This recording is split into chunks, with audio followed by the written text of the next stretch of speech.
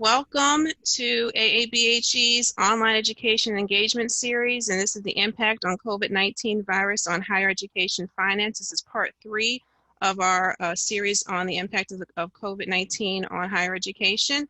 I am your facilitator, Dr. Jennifer Ellis, and this session is being powered by UTC, and we're partnering with the Indiana Association of Black in higher education as well for this series. Some ground rules. We would ask that you please keep your mics muted during the presentation and during the panelist discussion. Please ask your questions in the chat during and after the presentation. What I will be doing is I will be going through the different questions, and at the end we'll be sending them to Dr. Silver, and we'll be screening the questions accordingly just for the sake of time. Remember the golden rule, and that's what's going to rule here.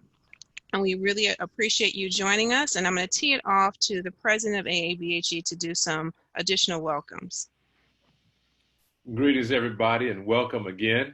We know that some of you have been with us for our 3-part series. This is the third in a series of webinars that we've put together to inform not only our membership, but other people who might be interested in the work that we do. We've seen presentations from our folks as distinguished as Dr. Pete Silver, who will be with us a little bit later, and Dr. Bell Whelan and others. And so today is not going to disappoint. We'll have a great time, and I certainly welcome each and every one of you. I'd also ask that if you're not a member, that you consider joining us as members. As you can see there on the screen, we've got some signature programs that we'd like to highlight via our website. And you can get to our website by simply going to aabhe.education. That is our website, and you will find all of this information about our Leadership Mentoring Institute. Unfortunately, we're not able to have it this summer because of the virtual nature of our existence, but this is a powerful professional development program that gives folks from our communities an opportunity to learn from experts in the field of higher education. A week-long experience that promises to give you the tools that will enrich your advancement in higher education. We do an annual conference this year. We're working towards our March conference. Stay tuned for more information. That could very well be a virtual conference, given some of the limitations that you might hear about later in the presentation involving travel and things like that. But we'll still have a conference next spring. And so stay tuned and look forward to that. We have a career center that provides job information and career options for so many different places, institutions in higher ed and others. And it's a great place if you want to advertise. My institution took out a advertisement package that we've utilized, and it's been very helpful for us as we try to recruit those very talented folks from underrepresented backgrounds. You'll see conference proceedings. You'll see as we put together publications and this online education series, which you're participating in today.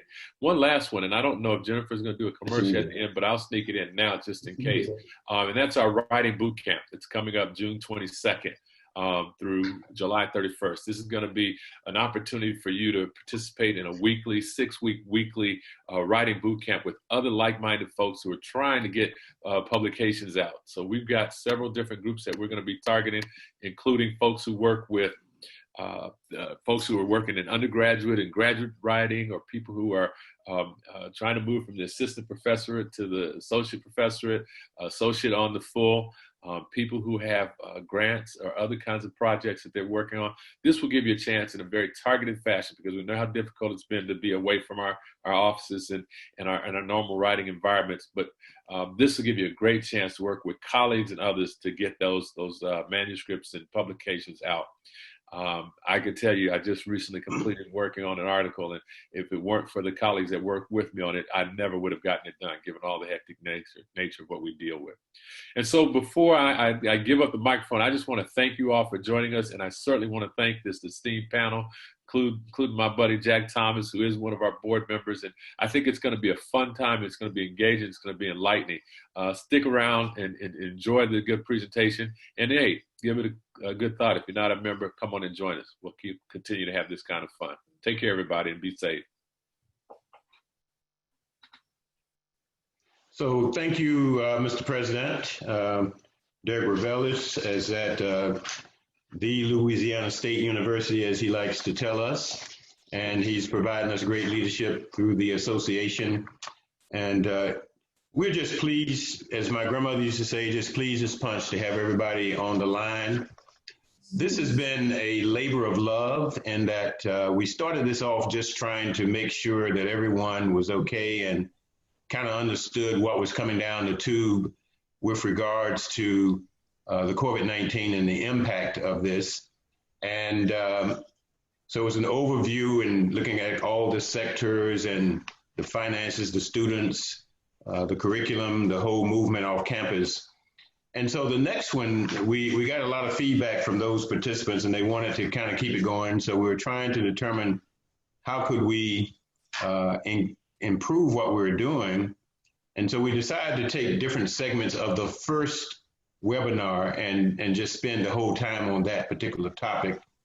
So last month we had Dr. Belle Willen, and she looked at this whole issue of the impact of the COVID on accreditation matters, and did a great job, and we got a lot of good feedback from that. And so we looked at the comments, and a lot of folk were asking about the finances at the institution and what does that portend going to the fall. And so we did agree to do another webinar and focus in on the finances.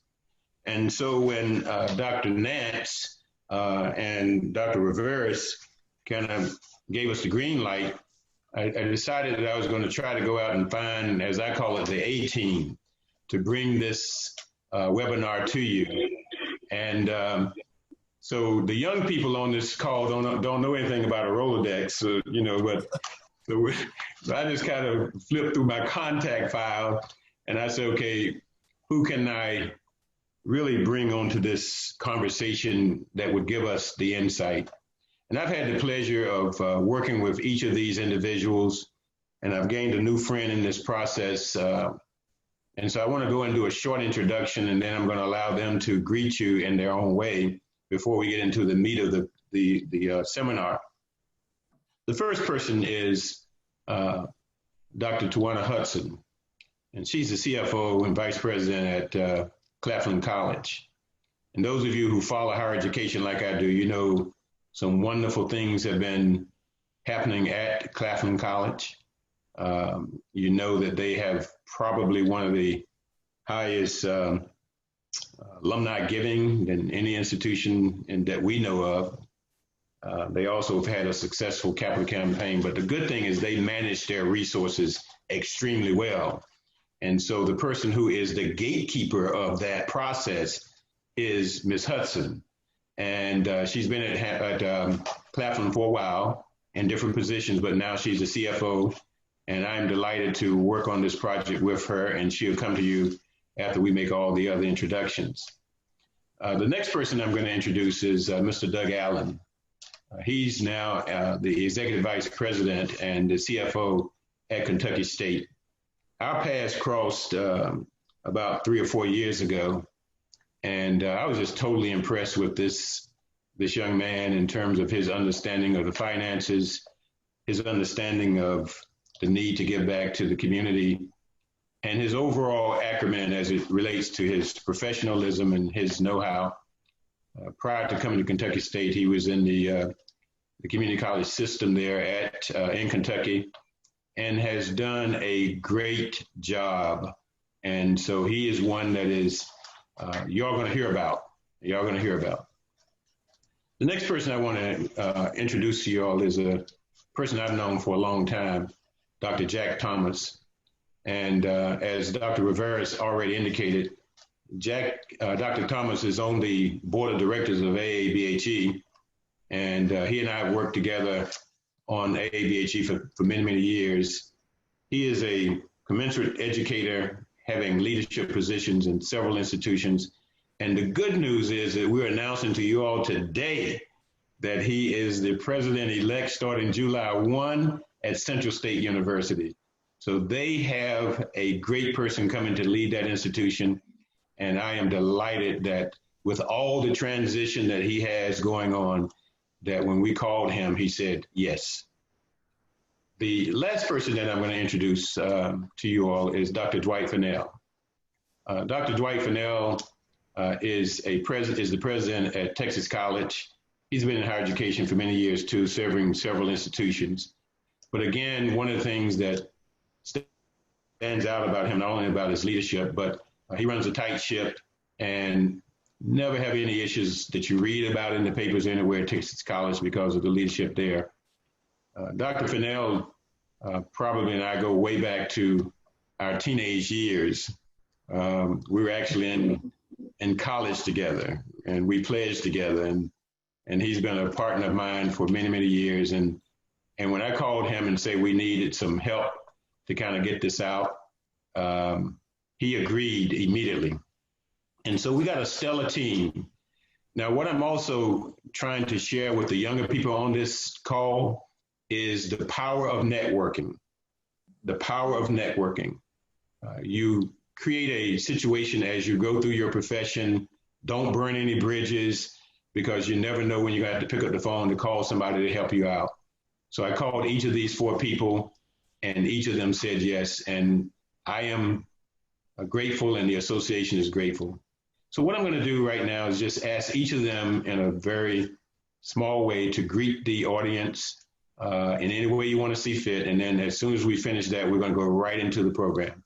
So why don't we start with Ms. Hudson first? Okay. Good afternoon, everyone. I'm Tijuana Hudson. I currently serve as the CFO for Claflin University here in Orangeburg, South Carolina. And my experience has been with private universities. So it's a pleasure to be on the call today, and I look forward to the dialogue that we're about to intake. So Thanks for having me. Mr. Allen. Yes, good afternoon, everyone. It's absolutely a pleasure, and I'm humbled to be a part of this panel today. Again, I sit here as the Executive Vice President and CFO for Kentucky State University.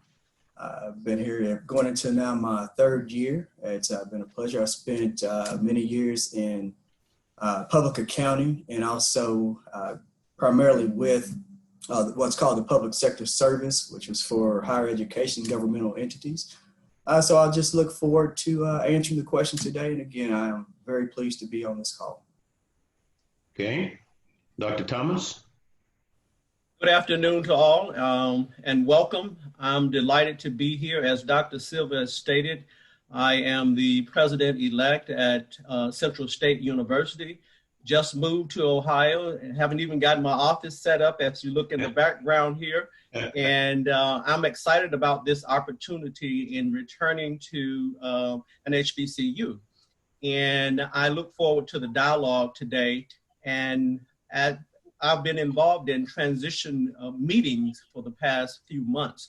So my answers will be centered around those meetings that we've had here at Central State University. So welcome, and I look forward to the dialogue today. Okay, certainly. Last but not least, Dr. Fennell. Good afternoon, and I want to thank Dr. Silver and the organizers of this conversation for inviting me to be a part of it. I think it's very important during the time in which we live. I think this is a good start to the networking process, and we look to glean from this some of the best practices and value-added strategies that can take place. I'm president of Texas College. This is my 12th year as president here, and I've also been president at one other institution. Primarily historically Black institutions has been my claim to fame in terms of higher education administration, but I've also had the opportunity to work with 3 majority institutions as well. As Dr. Silva has shared, we go back some time. We both had hair then. But again, it's a pleasure, and thank you for having us. Yes. So we were very careful in putting this panel together because we wanted it to represent all of the folk who possibly would come on the webinar. So we have private school president, private school CFO, public school president, public school CFO. Each of these persons have had experience at various institutions. All of them have had experience in predominantly Black settings, but also predominantly white settings. So the answers are going to be about green, or the money, and how you manage the green, how you manage the finances. So we're excited. So I'm just going to get right into the right into the operation. The first thing we know is that this virus really played havoc on a lot of folk because it didn't give us any notice. And one of the things that happened immediately was that individual universities, colleges and universities had to transition from face-to-face in many cases to off-campus. And some students were off-campus when this decision was made. So we just kind of want anybody to chime in, and four to chime in terms of what was the major challenges in meeting the mandate to close your campus and to begin remote access due to COVID-19. Dr. Silver, if I may. Yes, sir. As you shared, this was a very unusual circumstance and one that was unforeseen and perhaps could not be planned for, even if we knew it was coming in ways that we could strategize for. We continue to look at the things that are before us. I think there still remains a great deal to be known about the pandemic itself, and we're trying to plan in ways about some things that we still don't know about. Texas College was in a very unusual situation, and when we started to address this matter, and that we were on spring break with many of our students away at home, but we also had a few students here at the campus. And during that spring break week, things were progressing so fast that we were planning almost at a moment's notice. And it was a bit uncomfortable because the messaging started to change almost on a daily basis with different points that needed to be absorbed. And sometimes that can create a lack of confidence in terms of the messenger, in terms of how you're trying to protect those that for safety and protection. Notwithstanding, we had a few less than 100 students who remained with us. We continued to keep those students until the end of the spring break week. Then at that moment, the pandemic in Tyler, Texas started to increase at such an erratic pace. We were informed that the shut-in process needed to take place, and as best possible, students needed to be at home. Many of our students didn't have the resources to leave the campus or to go home. So we were very fortunate with the help of UNCF, a very valuable organization to many of our independent private institutions. And we're able to identify travel stipends for those students. We purchased airline tickets for some of our students. We provided gas-funded opportunities for our students, bus fares, just to make sure that they were safe. The students who were away, we did not allow them to return. As a matter of fact, those students did not return to the campus until after the semester had closed. They were very helpful in that process, so we had no pushback from them. They understood what the situation was. We told them it was about their safety and protection, and we then created a process for them to re-enter the campus and in a roll-in, roll-out process where we had staff to assist them moving their items from the campus. The major had on our campus was with faculty and staff. At our campus, we have a senior faculty and staff, and we have some with some debilitating illnesses. And so we were concerned about making sure that they were safe and secure as well. So while we were trying to identify technology resources for students to be able to continue their education at home, we also having to transition faculty and staff with some of the same supports, bandwidth, broadband at home, computer assistant types of support, and then offering the professional development that will help them facilitate the online instruction. So I'll stop there and let others comment, but in a nutshell, that's what we found our challenge being at Texas College. What kind of challenges y'all found in Kentucky, Mr. Allen? Sure, and I would like to kind of echo what Dr. Fennell just said. Some of the items that we noted were just the operational changes that we had to make and how quickly we had to make those. I can say from an academic standpoint, working with our provost, we were able to get our online instruction up within 3 days at 100%, which was a significant and quick response to such a pandemic. We were also able to, we also had a COVID-19 emergency fund, for example, that we immediately set up for our students in need. We also, we never closed the campus. We did remain open. Interesting enough, our kids were on spring break at the time that COVID-19 impacted our university. So we allowed students then to stay at home. We did have a few students here on campus that had no other place to go. So we made sure to house those students and see that their needs were met throughout this process as well. So again, just operationally, it was a challenge from the standpoint of just how we do things, how we had to do things differently, and how quickly we had to respond to COVID-19. Ms. Hudson, you want to comment on that? Yes, I echo what's already been said, but I would just share that similar to what's been said, we were on spring break when we made decisions, and we did extend our spring break for a week to give that week for faculty and staff training to bring our courses online. And essentially in 1 week, we had to go from 100 courses being online to over 1,000 courses being online to be able to go 100% remote with the students, but not just training the faculty, we also had to provide training to students, because if they were used to being on ground, we now had to get them used to taking classes remotely. And so that went really well. That was one of the things I'm really pleased from Claflin.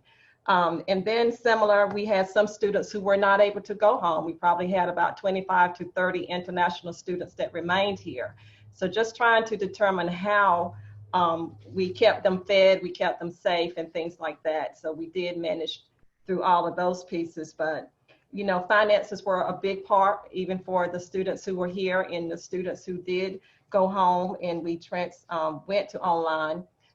We are in rural South Carolina, and internet and those things that we take for granted are not in all the areas. So in order for them to be successful, you know, they needed hotspots, they needed laptops.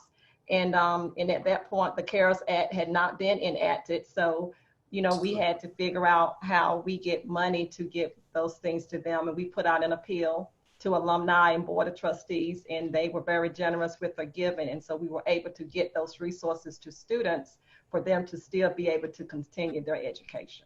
Mm-hmm. Dr. Thomas, you want to weigh in a broad sense? I know you're just coming in and you've probably been meeting with your staff and they've probably been telling you what they had to do to kind of get you ready for the falls. Any comments?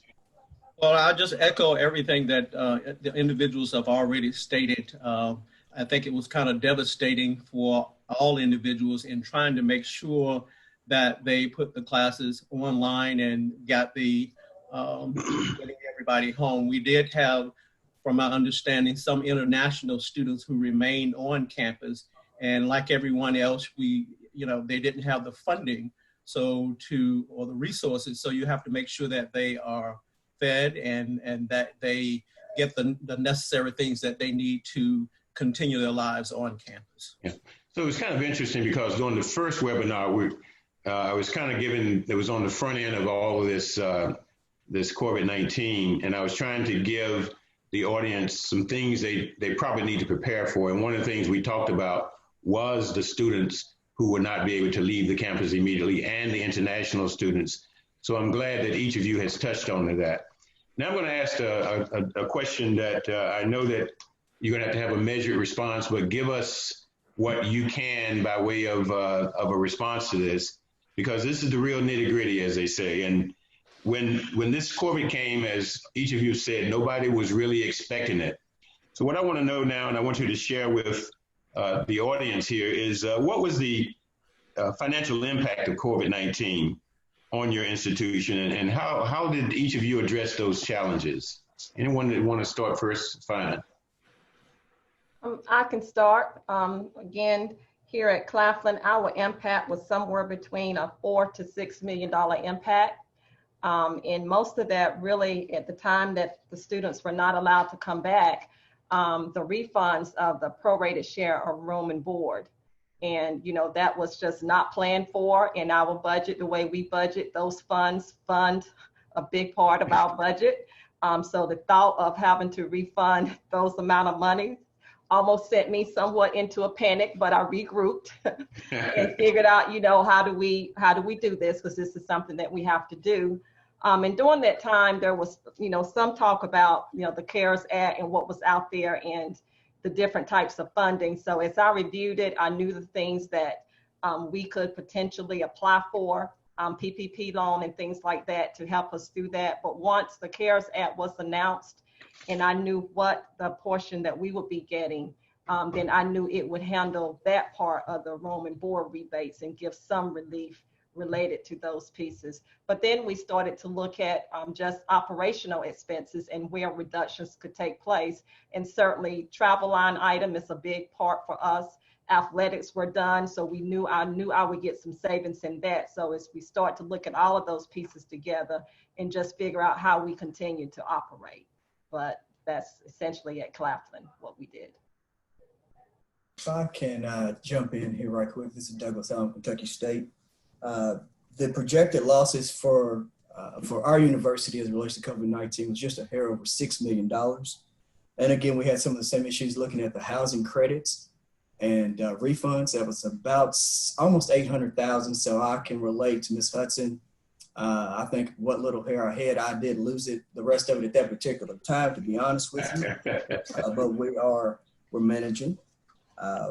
We also had implemented what's called the COVID-19 liberal leave extension, much like for sick leave and things of that nature. We allowed each of our faculty and staff 6 additional days to meet any needs that they may have that may have impacted them at home as well.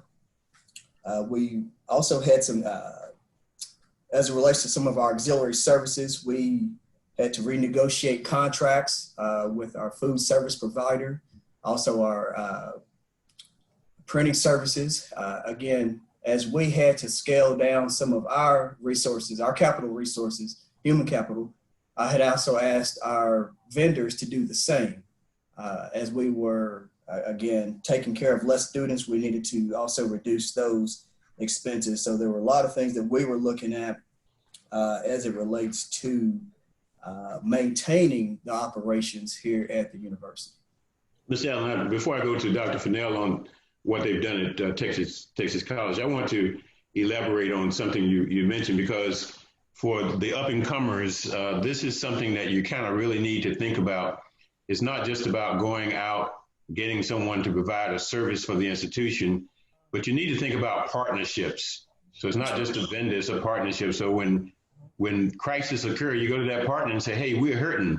So what can you do to help your partner out? And so what he indicated he did was to go to those vendors and renegotiate contracts. And when times get better, we'll go back and make you whole again. But right now, work with us. So I'm glad you brought that up, Mr. Allen. Dr. Silver, I would like to add right quick too with that. And you had mentioned earlier, not to burn any bridges. And when we enter into these partnerships, it clearly is a partnership. And that's how we have to treat this as a relationship. And so when we went to the table with them, it was a very good transition to have those conversations and a meeting of the minds. Very good. Thank you. Dr. Fennell? Thank you again. It sounds somewhat repetitious, but we experienced many of the same activities that had been shared. We experienced close to $1.5 million loss as it pertains to the reimbursement process for room and board. Took us by shock. We're a smaller campus, and those resources are quite meaningful, as they are to all institutions, but very much so to us. At the same time, we were looking at that situation. We were still in athletic play, and this was another nuance for us because some of our sports team were away on travel, although it was a part of the spring break period. And so we had to make that group whole as well in terms of getting them back here and from here to their home locations and making sure that they were safe and protected as a part of that very same process. For us, the other pieces of that, we also had moved to an online platform, notwithstanding we didn't have all of the pieces in place. We're able to move very quickly as a result of some things the Vice President for Academic Affairs were doing. But as many have shared, some of our students weren't familiar with and comfortable with taking courses online. That added another dimension of support that was needed in terms of tutorials, getting professional development for faculty, and that too became a very much needed process in the very same regard. But again, we had to look at contractual arrangements with some of our sources. We are very fortunate that some came into play, some were a little bit more difficult to renegotiate, notwithstanding, we believe that we became holistic as a result. We were able to collaborate with the hospital locally, and they provided with some assurance that if we had any challenges with students, there would be bed resources that were available to us, and it would not affect the rate of insurance that the students were allowed under the student insurance program. And that was quite meaningful to us. Okay. Dr. Thomas, I see you trying to get in. Yes, Central State had somewhere around $5 million challenge, and we did similar things as to some of the other institutions have done. And the online was a challenge, making sure that you had a quality, that students continue to receive a quality and well-rounded education, that same rigor that they received face-to-face. So that was a challenge, and so they negotiated with the some of the unions, and also made reductions in some of the services in other areas.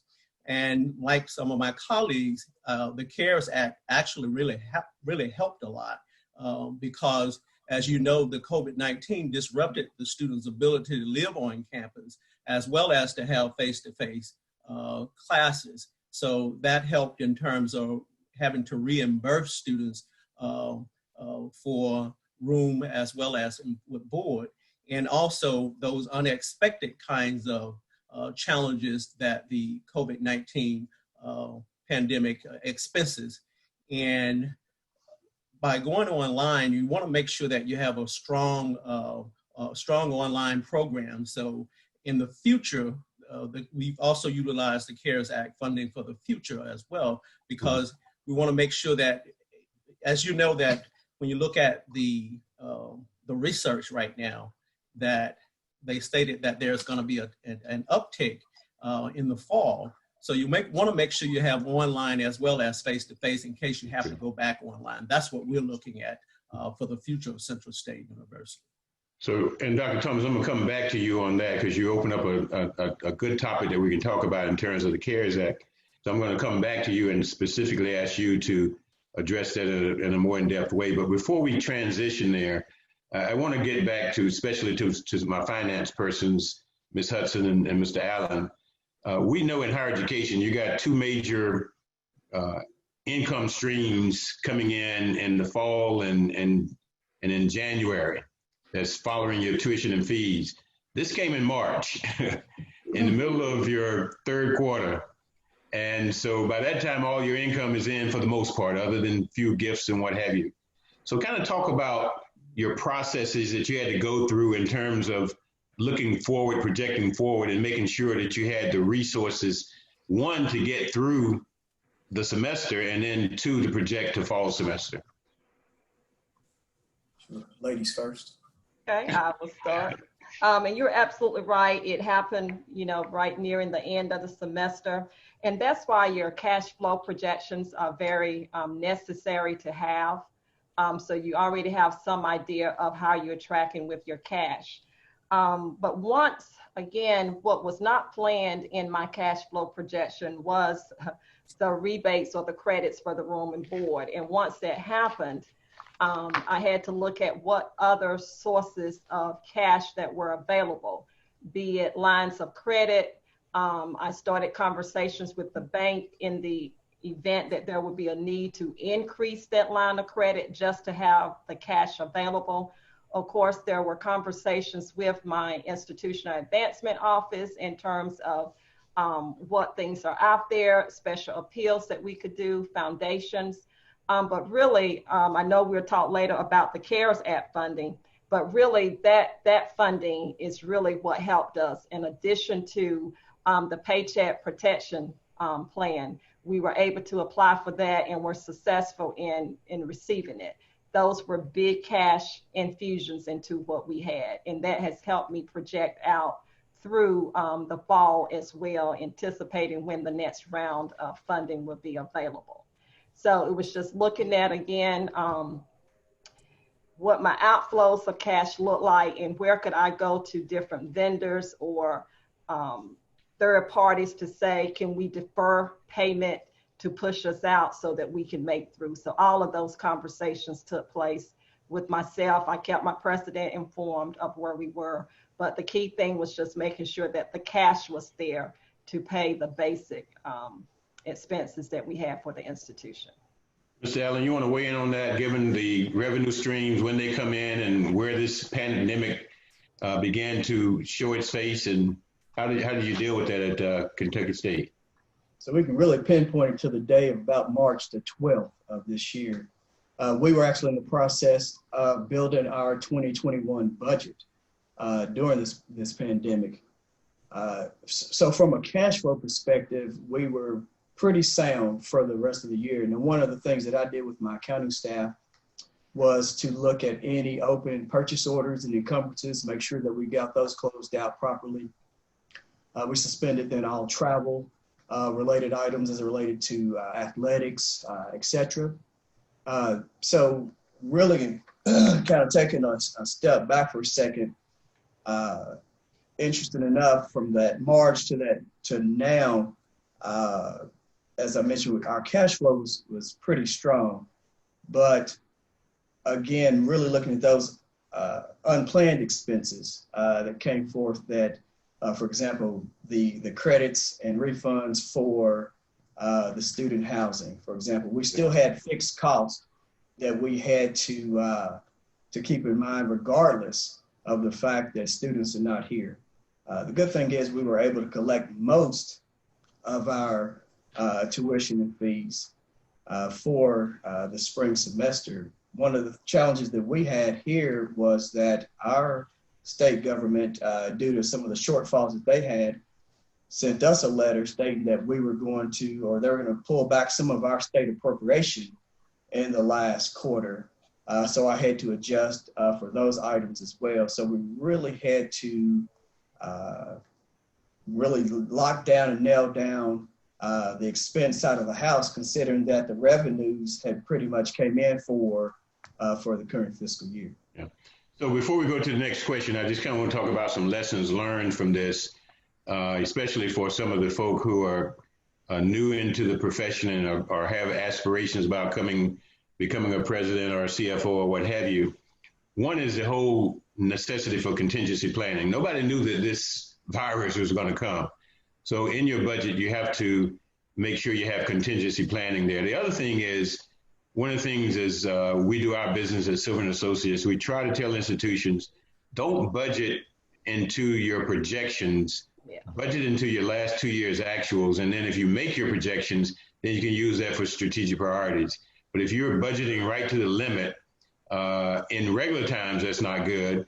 But certainly in the midst of a pandemic, it's not good at all. So let me just try to transition. I'm going to ask Dr. Thomas to take the lead on this question. We do know, and some of you all already mentioned about the fact that the CARES Act was signed by the person in the White House, and they allocate over $1 billion to HBCUs.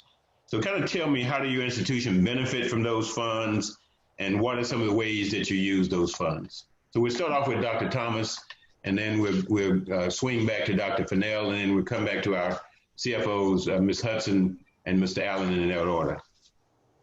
Thank you. I think that the CARES Act is actually a godsend for our institutions. As you stated, no one expected this kind of pandemic to occur and students leaving in the middle of the semester, and we're making all of these kinds of changes. For CSU, the CARES Act had an immediate impact on the campus operation.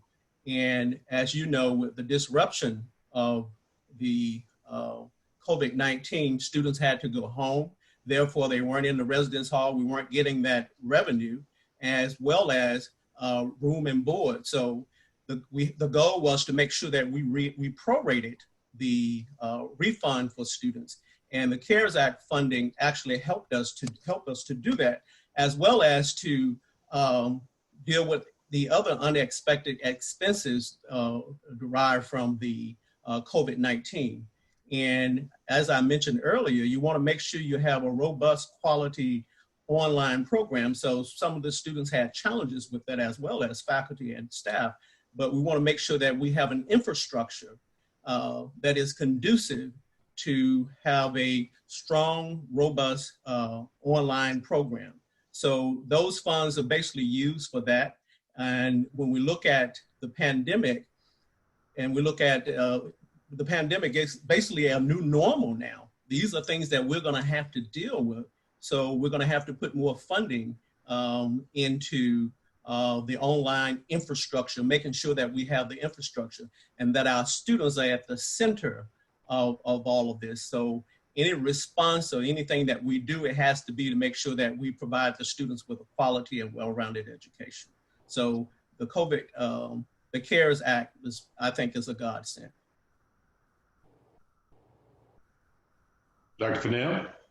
We too felt that the CARES Act funding was quite beneficial to our institution.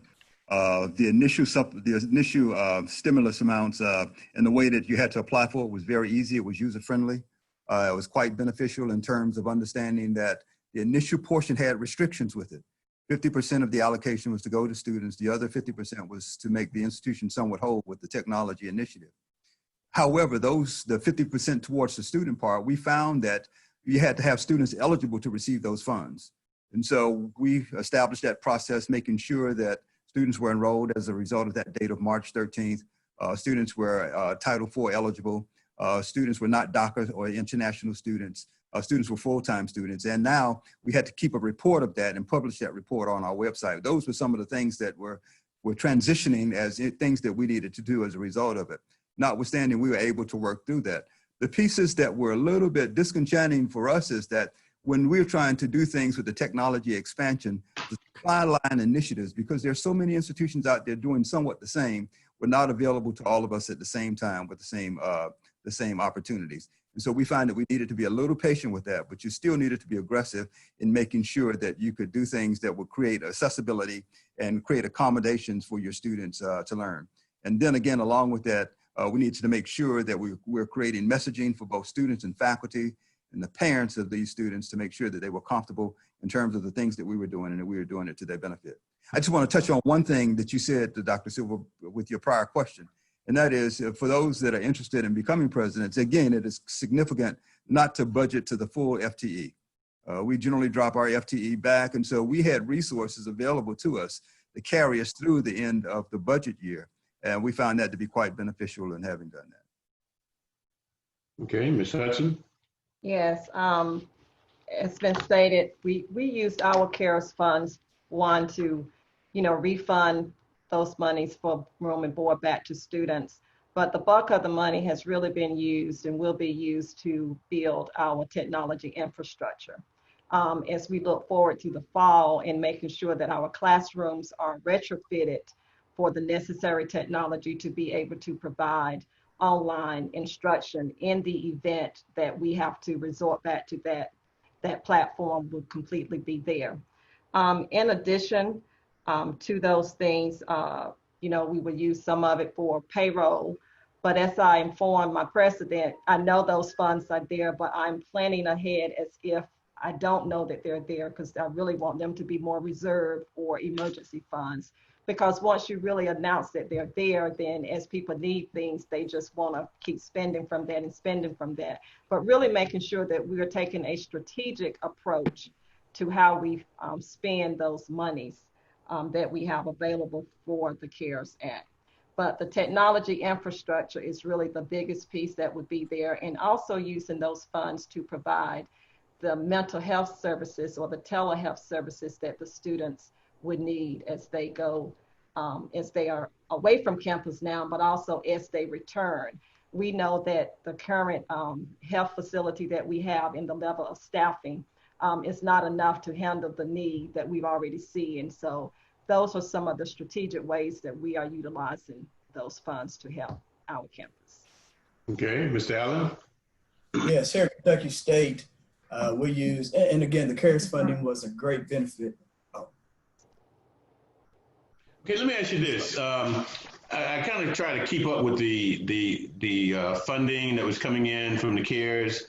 Did any of you have any problems accessing the funds and relationship with banks, and what kind of hurdles did that provide for you? Anybody want to talk about that? Go ahead. No, sure. I would just like to add right quick is that our funding, of course, the CARES Act funding was from the federal government. So we did not participate in the Paycheck Protection Program here at Kentucky State University. Okay, Dr. Fennell, you were about to say something. Yes, I was going to share that as the initial stimulus came out, it was quite easy and complimentary in terms of applying through the certification process. For us, we were challenged a bit with the Paycheck Protection portion of it. When we went to our initial banker in the city of Tyler, because of the volume of requests, both from higher education as well as small businesses, they were not able to accommodate our request. So that put us behind in making a supplementary request to a next or the subsequent vendor. And then that, which went through quite well, notwithstanding, we had a glitch in the process. The vendor assigned, it appeared, our SBA loan number to another institution. And therefore, the dollar amounts that were supposed to come to us didn't come to us. So we were deferred another 2 to 3 weeks, essentially. But we were able to work through it. We challenged it. It complemented the challenge by making the correction. Notwithstanding, in that short period of time, we had to live through operating resources that the college had set aside.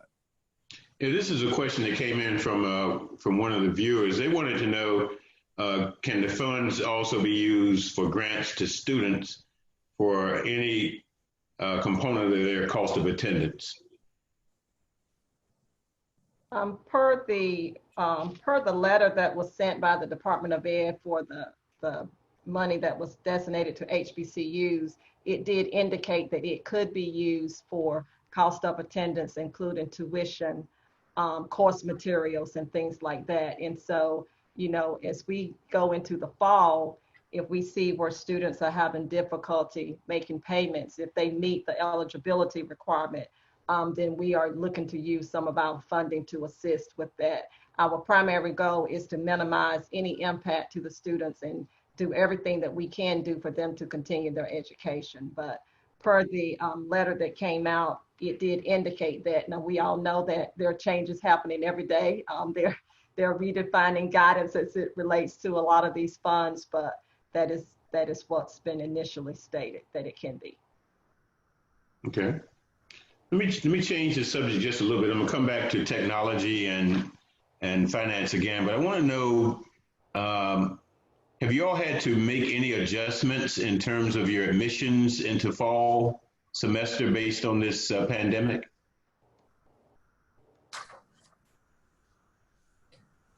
I can say here at Kentucky State University, we have made changes. For example, as it relates to the admission requirements, we have waived the ACT requirement and also other pre-college placement testing as well. So the students have the advantage if they are able to send test scores, we will accept those if they're available, but that won't be part of the requirement then for the incoming freshman class. I see a lot of institutions around the country that have done that because ACT and SAT have not even been able to administer the exams in some cases. So anybody else want to chime in on that particular question? I was just going to say here at Claflin that the ACT, SAT, it was waived. They stopped requiring it for GPAs that are 3.0 or better. So they're not required to submit their scores. Okay. So let's look into fall semester a little bit. I know you're planning, and I know the California system has said they're going to continue to be online for the fall semester. But from where you sit at each of your institutions, what do you think are going to be the biggest needs for students and the campus as you prepare for fall semester?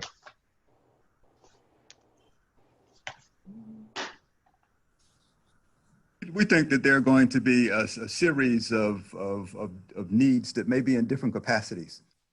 First of all, we find that a number of our students, as has been shared, don't have the technology capacity to do what's needed, nor do they have the broadband as associated with that to essentially take courses online. So what we're currently trying to do is facilitate technology supports with those students. We also find, regrettably, that some students don't have the at-home structure to study well in. And we're concerned about that. We found that even when it was time to relocate or assist with the relocation of our students, some of them did not have places that they felt comfortable in moving to.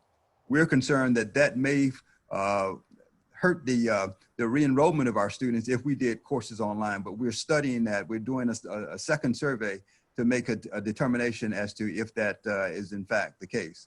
But I think that we have to build the types of accommodation processes in terms of creating accessibility either online or readiness and create a social interaction process that will keep the confidence of our students and those who are stakeholders alive so that they'll want to re-engage with us. Anybody else want to take a stab at that question? If not, we'll let Dr. Fennell's statement speak for the group. So one of the concerns that some institutions have been expressing was the fact that they did not have the bandwidth and the technology, and even with the CARES money, is still some strain that is going to have on them as institutions. Do any of you know of any institutions, or if your institutions will be collaborating with institutions to make sure that the services are quality and not disrupted? Are you going to look at any opportunities for collaborating with other institutions to make sure that students are made whole?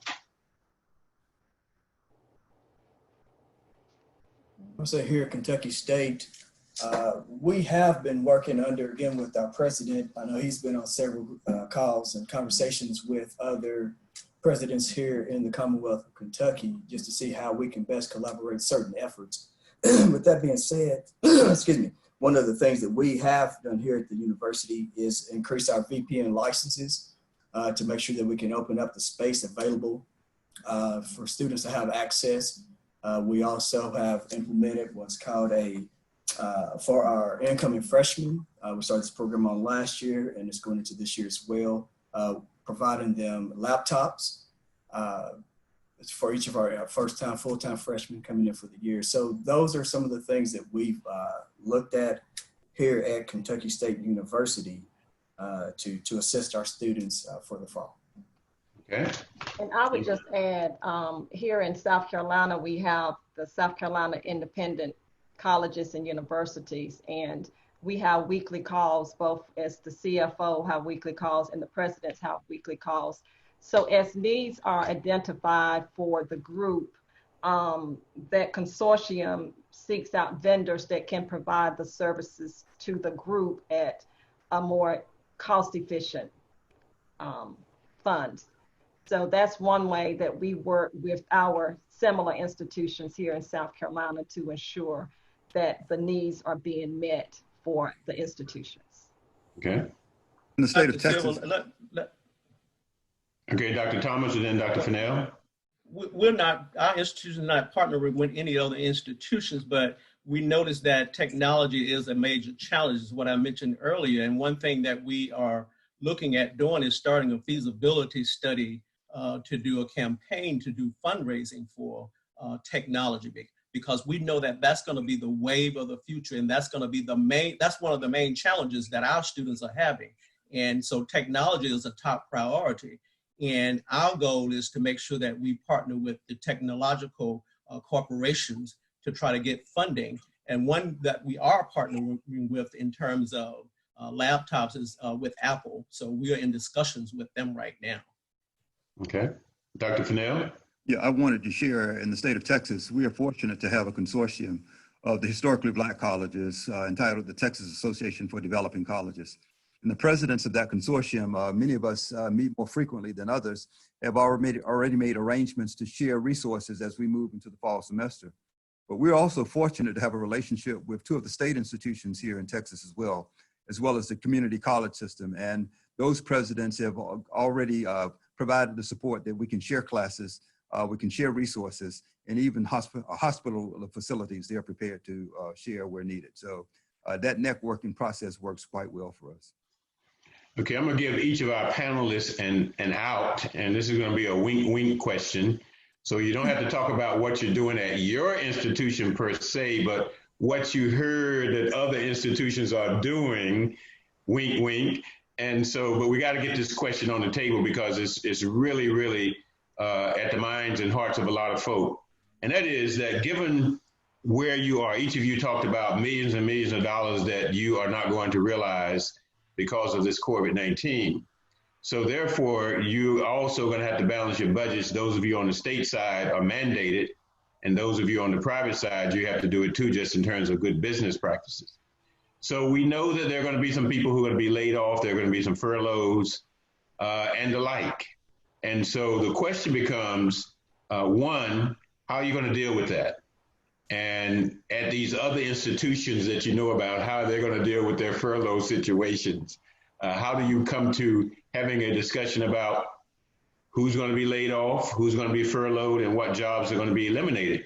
And then what we also see is that given the technology where things are moving, the operations are moving off campus, some of the jobs that were essential, we thought, are not necessarily essential in this environment. So how are you going to make those decisions? And anyone can jump in on that one.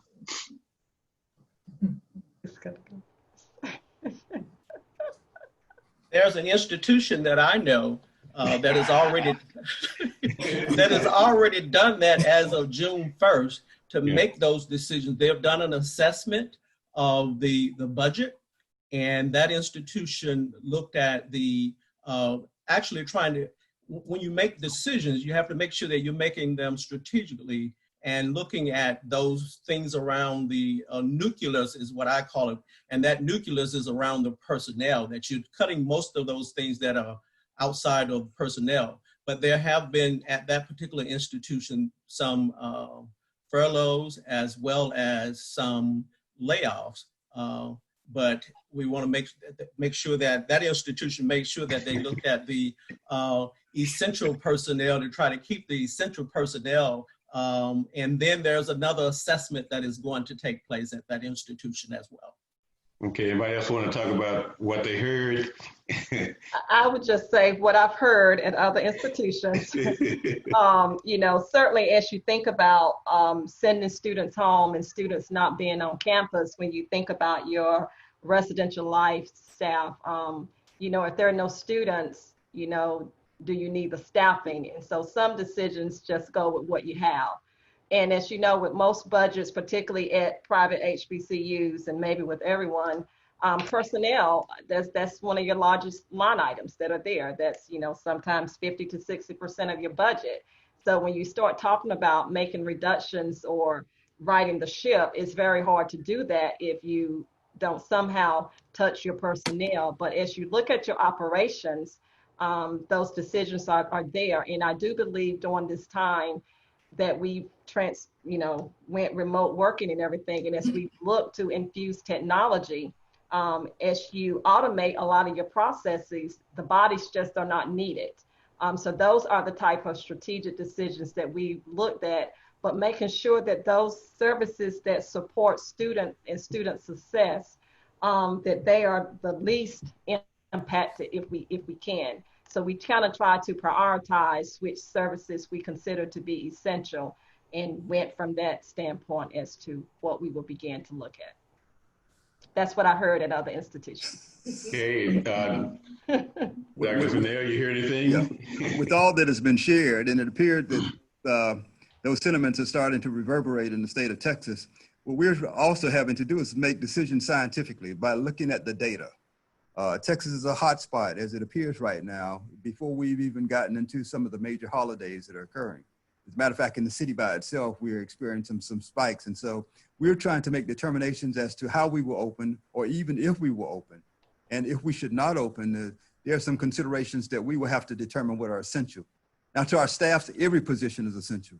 So what we have also tried to do is repurpose some of our staff in areas where we may not be able to bring them back, perhaps, and I'm talking exclusively to us. Now, I'm open with this conversation because I think it's important. We wanted to be forthright with our faculty and our staffs where we perhaps cannot bring them back at the full salaries that they were at, but we try to do the best that we possibly can, and in ways that we can repurpose them to put them in short-term positions who we're willing to do so. Ms. Allen, you want to talk about what you heard? Sure. What I've heard is one of the things just looking at too is before you eliminate any faculty and staff, you want to see where you can tighten up your operations and be more efficient. So again, some of the things that we looked at were renegotiation of contracts, or possibly eliminating some of those contracts that were not as needed for the upcoming year. We also looked at,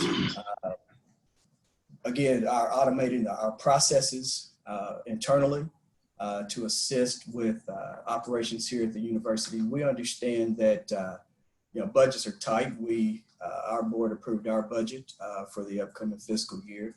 But one of the last things that you ever want to do, if you can, is to cut the human capital. So we tried every which way we possibly could. In addition to that, we were able to transfer certain individuals from ENG to other resources as well to save as many jobs as we possibly could. Okay, so now what I want to do now is interject a teaching moment. I want to go back to something that Miss Hudson talked about earlier. And this is many institutions, when they're building their budget, now she talked about 50 to 60% being personnel, but in most cases, it's a lot higher than that. And that's why why institutions can't maneuver. A good 75-25% relationship in terms of personnel to other operating costs would be great. 60-40 would be even better. But you have some institutions at 80-20, and that's disastrous. You have no room for nothing.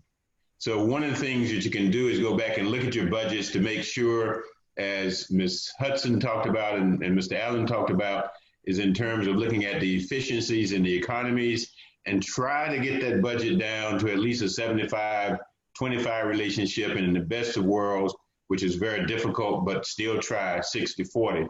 Because if you got 80% of your budget in personnel, there's no room for strategic priorities, there's no room for strategic growth, and it becomes a nightmare. So one of the things I want to kind of shift to is there's a cost that's going to be associated going forward that we haven't talked about yet. And I want to know how you all are going to deal with those costs.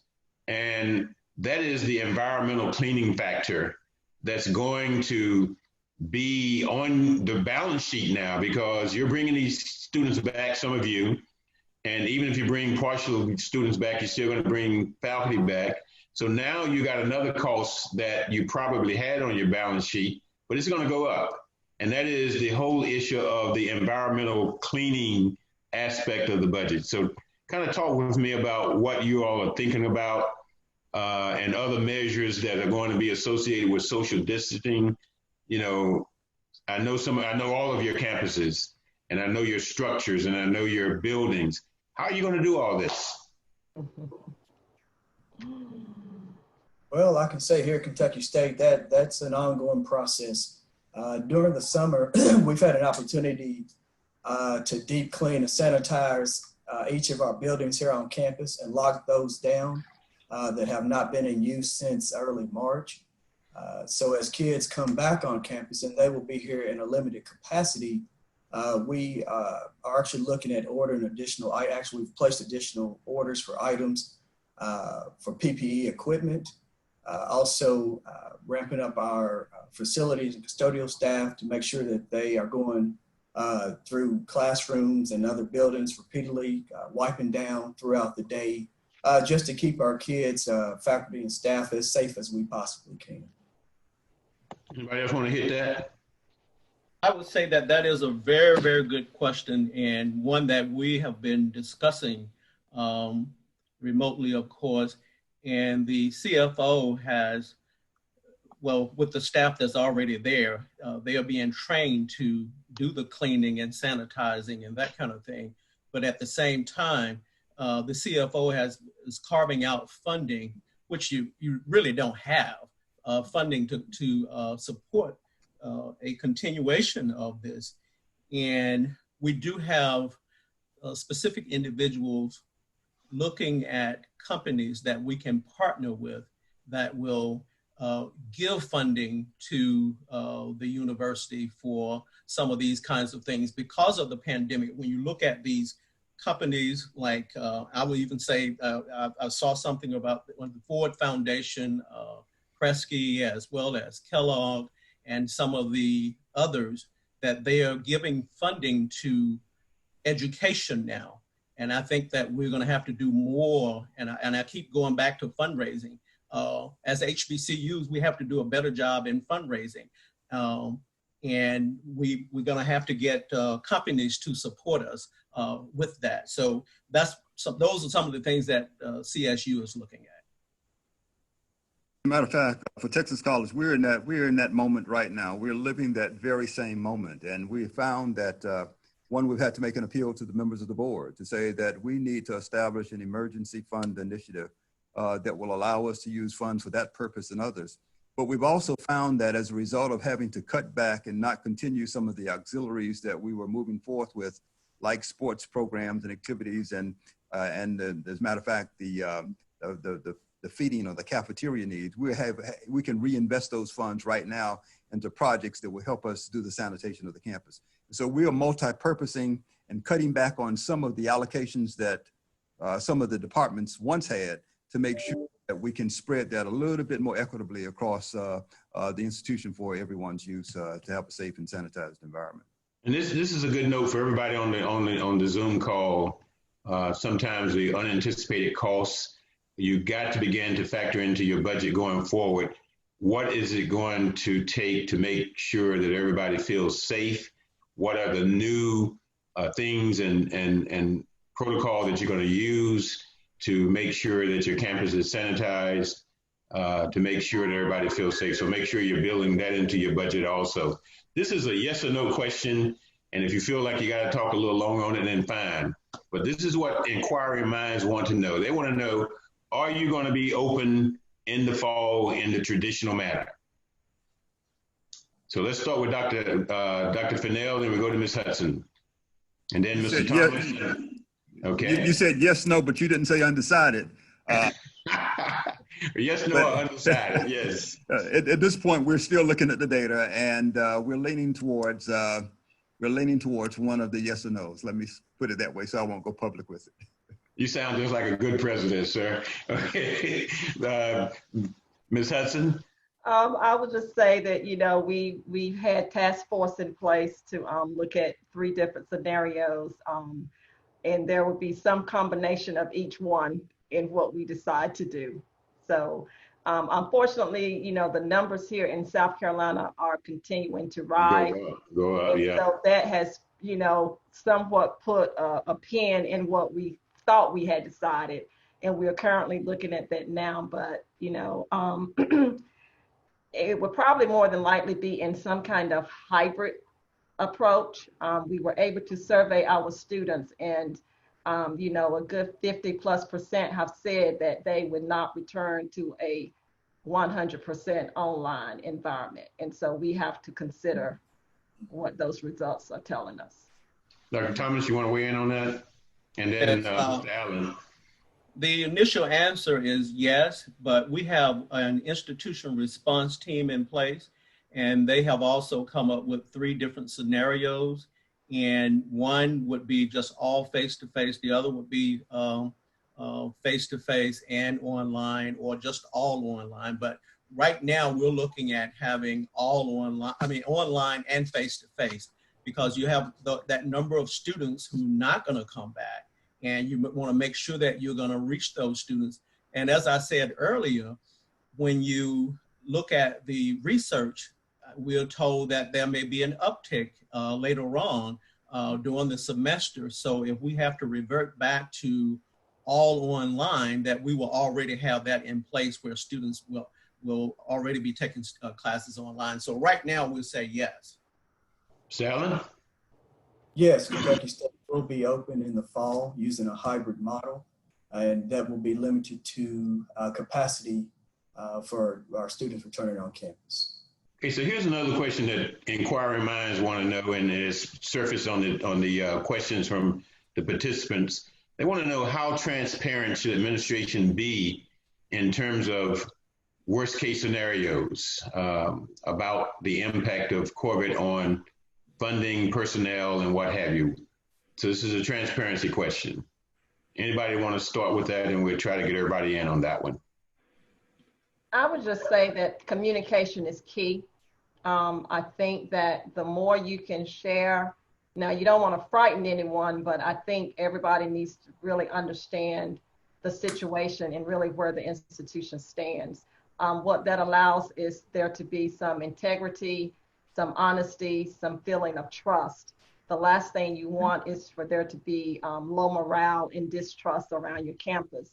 So I do believe in sharing information and being as transparent as you can, but not to where you're inciting in any kind of panic to that. But it takes all of us to get through this, and I think we do deserve to share information as we know it.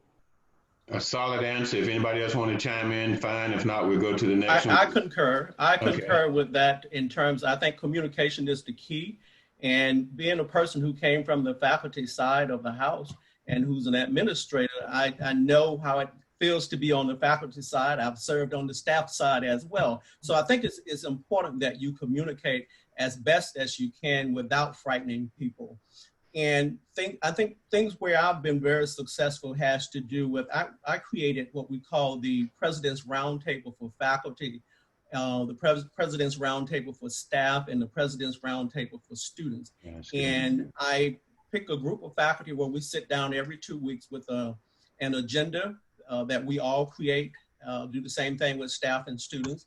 And we discuss the major issues. And sometimes in those groups, you can talk about some of the worst case scenarios, and these individuals will be advocates for you when you do have meetings, and when people don't understand, you have people from all of those groups who are able to help explain the situation.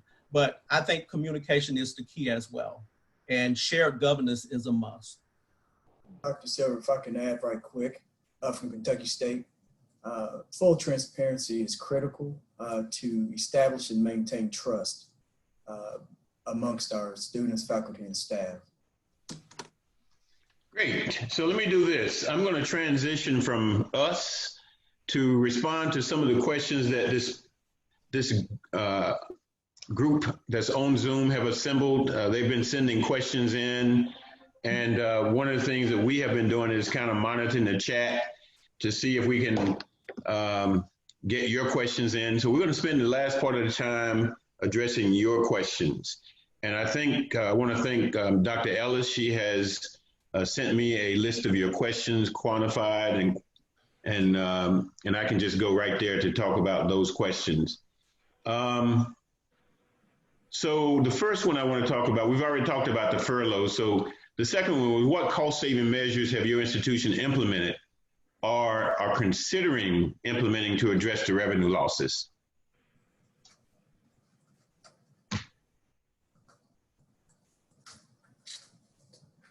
Let me share, if I may. First of all, our budgets for the subsequent school year are approved, revisited, and approved for the school year during this school year.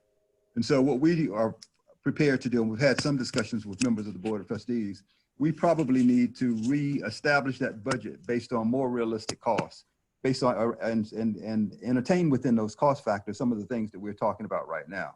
We know that new safety plans are needed, new strategic direction is needed, and as a result, we need to budget for those things. And right now, our cost-saving measures, as I've shared prior, is essentially taking a little bit from each unit of the college with the budget that I do have and sharing that in a way that it would be beneficial to the entire college. Anybody else want to weigh in on that? Just here at Kentucky State, we just realigned our budget again to address the loss. Revenues are extremely hard to come by at this particular time, so you have to adjust your budget accordingly. So earlier we were talking about, and I heard Dr. Thomas talking about the need to fundraise to make up some of the shortfalls. And there was I listened to your voice. Ms. Allen, can you put yourself on mute? Alan Bocart. So the other thing that popped into my... If not, Dr. Ellis, would you put that one on mute for me? Thank you. So the question was, given the environment of everybody being impacted, the stock market has been impacted, businesses, loss of jobs, the whole 9 yards, unemployment, 40 million. So they're saying, how do you continue advancement of the capital giving campaign against these competing interests? What's going to be the magic wand to get people to still invest in the colleges and help you with your shortfall when many of the businesses are also having problems? Many of the communities are unemployed. Many of your students, family members are losing jobs. So now we're talking about fundraising in this environment. talk about how that's going to be a challenge and how you're going to approach that. I would say that it is going to be a challenge. However, as I stated earlier, we are going to do a feasibility study to see what we can do and how what the actual goal should be in terms of a capital campaign. This is something that must be done. But if you look at many institutions across the country and reading a lot of the reports in U.S. News and World Report, as well as the Chronicle Inside Higher Ed, we'll see that a lot of companies are investing in institutions or have funding set aside for education that you can apply for, as well as with grants. And like I said, with the Ford Foundation, Kresge, Kellogg, and just a number of them. And then what we plan to do also is to look at some of the technology companies, because in this fundraising, I think that if you put forth your story of the needs of the institution and how those companies, individuals, donors can invest in your institution, then they're more than likely to help. As we look at some institutions now on social media, they are asking alums to support their students. And people are very sympathetic during these times. So they are investing based on what I see. But we will be doing a feasibility study to see exactly what we need to do and taking all of the things that I stated into this equation here. Okay. Well, here's another question that came from the audience. They want to know what type of enrollment scenarios are you planning for the fall? I would just say that when I ran my scenarios, I did a series of scenarios, and I did them on a 5, 10, 15, and 20% decrease. Now, I certainly hope we're not at the 15 and 20%, but I just wanted to go out that far just in case. We never know what may happen. But, you know, we're planning for our budget is built on a 5 to 10% decrease in enrollment. So, you know, if we are higher than that, then those extras would just go to reserve or help make up some of the losses that we've had from previous years. But I think it's important to do a series of scenarios based on, and go ahead and plan out if each one of those things happen, these are the steps that I would take. So in the event that they do, you've already had that planning and you're not starting at point A trying to figure out how you adjust your budget. Okay, anybody else want to chime in on that? Kentucky State took a very conservative approach for the upcoming year. And again, we don't know what's going to happen in the future per se. We try to balance our budget based on the information that we have at this time. As we all know, that it's a possibility that we have to go back maybe mid-year to see if additional revisions will need to be made at that time. So it will be an ongoing process here at Kentucky State University. Okay. Yeah, as has been shared, I think it's only appropriate to take up to a 10% review of this process. At least that's what we're doing in Texas. But at the same time, we're looking at ways that we can perhaps supplement resources. And we're looking very strongly at restricted resources and opportunities there. Looking at the fact that some of our facilities have historic site capabilities or designations, and we're looking at funding capacities in those ways. So we could offset with restricted receipt of revenue. We think that we can survive fairly well. Okay, so let me do this. I want to give 3 shameless plugs, and then we're going to close this out. The first shameless plug is that we have a group of doctoral students on this line from Fayetteville State University, and they are looking to replace us one day. And so when I saw that they had registered, I was absolutely elated, because these are the future leaders, and they're in the higher education program at Fayetteville State under the leadership of Dr. Norman Moffitt. So kudos to them. Let's everybody give them a clap there. Okay. The other shameless plug I want to give is that the Wesley Peachtree accounting firm and Silver & Associates came together to develop a white paper on addressing financial concerns in the audit space. And that white paper is available now for institutions, predominantly white institutions, predominantly Black institutions, the organizations, UNCF. You all can access that. We're giving it to you because we want you to be successful. So we're looking at it from the audit standpoint. And so we've addressed just about every issue that you can think about. The last shameless plug that I'm going to give is that because we've been doing this now for 3 months, I was approached by an editor to write a book on all of this concepts about the impact of COVID on the different aspects. So I'm going to use the title Pandemic, Public Health, Race and Class. And that book should be out. We're finished with it, the draft. It's supposed to be sent to the publishers actually tomorrow. And so I want to make sure that each of you know that, each of you knows that, so you can kind of get a copy. And most of the things that we talked about, we've addressed in that book. The last one I want to do, I want to shamelessly plug AABHE. This organization has been really a foundation of rock for a lot of people. We have taken our space to bring these things to you at no cost. There was some discussion at the beginning when I first did the first one about trying to make it a revenue. We said, no, this information is too valuable. Let's give it to them free of charge. So tell a friend about the organization, LMI. And so with the time we have left, which is, this time is going by so fast, if any panelists wants to have a closing statement, you got 45 seconds. So who's going to be obedient and stay within 45 seconds? We're going to start with Doug Allen. I know he's going to be in 45. Yeah, absolutely. Again, I want to thank you all for the time.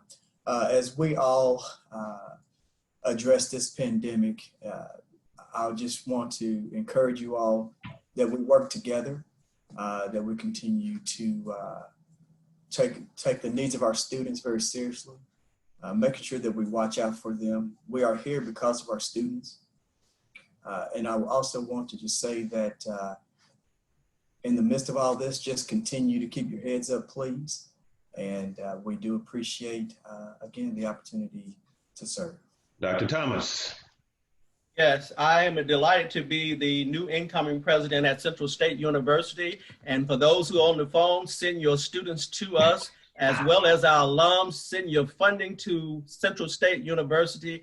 I'm also delighted to serve on the board of American Association of Blacks in Higher Ed. It is one of the most outstanding organizations here. So for those who are not members, join our organization. Dr. Fennell. I want to thank AABHE for allowing this conversation. I think it's very important to share what our institutions are doing. It would be quite helpful, and I'm sure it will come to bear, that we will receive something in the form of best practices during hopeful times. I think it's important for those who are coming behind us, as well as the times that are before us, that we have some type of record in terms of what that we can refer to.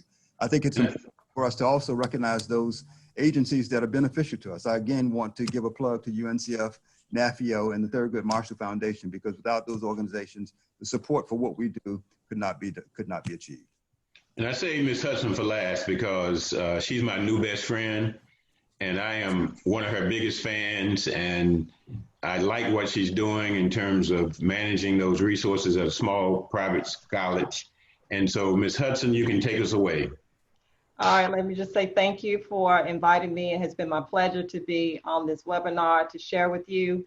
And while we are all at different institutions, be they private or public, two-year community, whatever they may be, just know that we are all in this together, and we are stronger together than we are apart. So please feel free to reach out. I don't know if our contact information may be shared, but certainly if we're able to get a list of who's been on the webinar, because I certainly don't have an issue reaching out to my colleagues if there's something that I need, and I'm certainly here if any of you have any questions or anything that I can help you do. But it has really been my pleasure being on this panel with my other colleagues, and I thank you for inviting me. And to all the panelists, I just want to say thank you for saying yes. This has been I've been watching the comments on chat. Everybody is really, really geeked up about what you've done and what you said and how transparent you have been. So I want to say thank you. That's what the network is all about. And then, ladies and gentlemen, we could not have done this without Dr. Ellis. And I just want to say, Dr. Ellis, you've been my rock, you've been my partner, you've been making this happen. And I applaud you and appreciate you, Madam Jennifer Ellis, Dr. Ellis. Thank you, thank you, thank you. And with that, Derek, if you have final words on behalf of the association. Certainly. Okay. Certainly. And we thank you, Pete, for being here all 3 of these sessions. You've been my rock and our rock and leading us through these conversations. And we thank you for navigating today's space as well.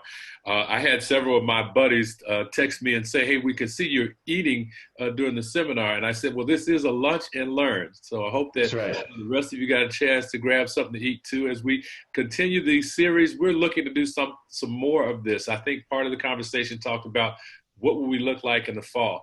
This is a venue that we can certainly exploit in the fall and maybe even in the spring with more webinars and opportunities for us to gather outside of our annual conference and other events. One event I didn't plug, and Pete did his shameless plugs, and that is our international study tour that Pete leads. Yeah. And I got you, bro. And the international study tour this year was scheduled to go to Dubai and Ethiopia, but for obvious reasons we couldn't do it. But it's rescheduled for next year. So there are opportunities if you want to visit Dubai and Ethiopia with a group of Black scholars and educators and administrators. Please contact our organization and get signed up for that. It's going to be a fun time and an academically enriching time. So I want to thank everybody again, and I wish you all, as has been said, safety, wellness, be kind to one another. One of the things that we are seeing is change right now.